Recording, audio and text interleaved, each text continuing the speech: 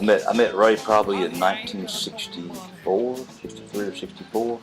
He had already had, his two Sun records out and that kind of stuff. He became my father-in-law, and Ray would come over and bring some of his projects that he was working on.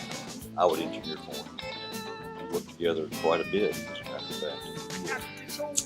He was a very interesting character to work with also in the studio. He was just so passionate about what he was doing, and he would get so involved in the music and so animated when he would really like a part. He'd point towards that's it, that kind of stuff. He'd get really, really, really way out there on his expressions about his music. And yeah, well, Ray had a very southern Mississippi dialect, to say the least. He very much so did, and his music was wide open rockabilly style music, and my dad once said that he thought Ray was going to have a heart attack every time he recorded a song because he got so involved in the music and so just worked up for the performance, And he was just one of those guys, that when Elvis made it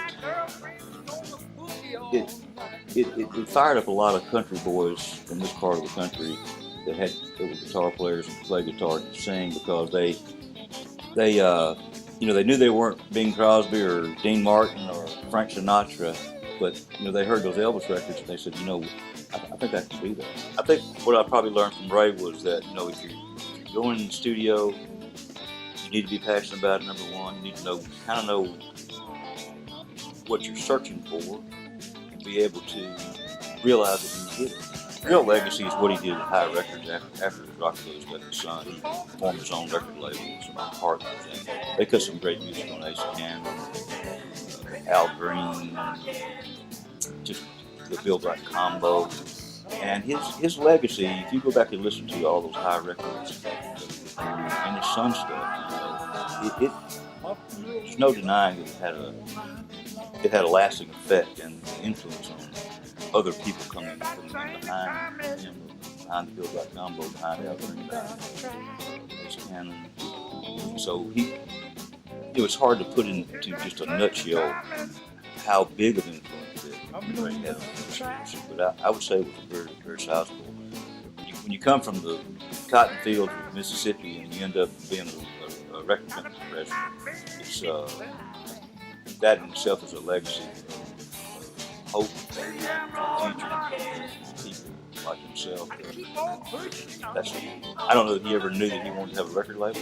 I know he knew he wanted to be an artist, a rockabilly artist like Elvis Presley, really was Carl Perkins, Johnny Cash. He had the opportunity to do that, but his real legacy was what he turned that into.